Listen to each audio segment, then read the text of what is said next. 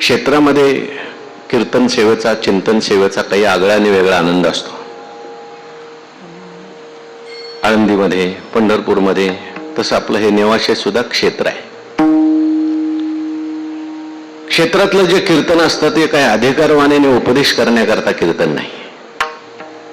क्षेत्रामध्ये अनेक उपासक साधक मंडळी राहत असतात. कोण कशाची उपासना करेल काही सांगता येत नाही.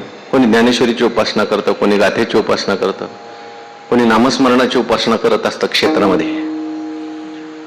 आणि अशा थोर मंडळींच्या सहवासामध्ये एक चिंतन करण्याचा एक आगळा आणि वेगळा आनंद असतो.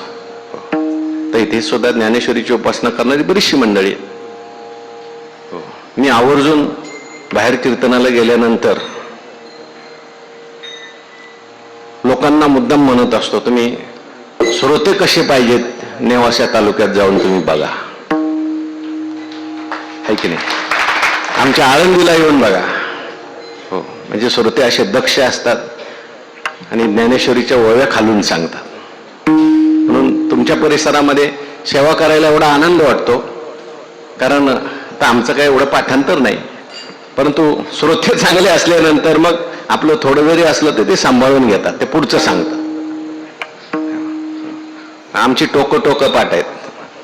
ते वैकुंठवासी परमपूज्य जगन्नाथ अण्णा पवार एक विनोद करायचे.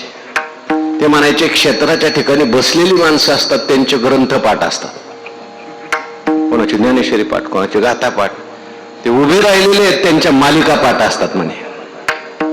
आणि कीर्तनकाराची बहुतेक कडवी पाठ असतात म्हणे.